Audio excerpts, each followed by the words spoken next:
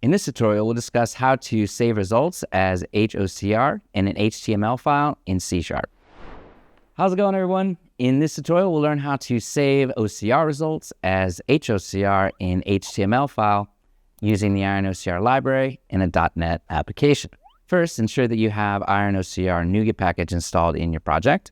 If not, you can install it easily via the NuGet package manager.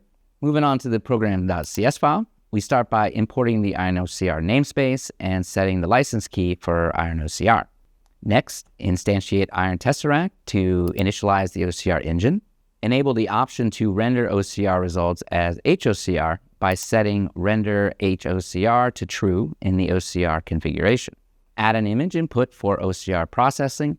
In this example, we use the image file potter.tiff and provide a title for the HTML output.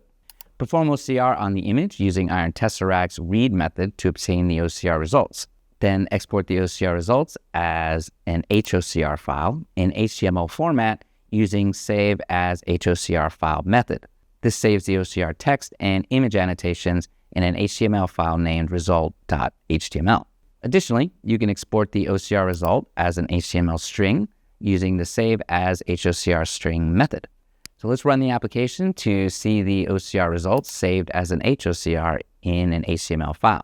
All right, so the OCR results are successfully saved as an HOCR HTML file. You can see the HTML file contains OCR annotations and text. So by following these simple steps, you can easily save OCR results as HOCR in HTML format using IronOCR in your .NET application. So go ahead and explore more advanced functionalities of IronOCR for all your document processing tasks. We hope you found this tutorial helpful. Don't forget to subscribe for more useful tutorials from Iron Software. And if you'd like to get started with IronOCR, please sign up for a trial on the site and continue to download and install the package.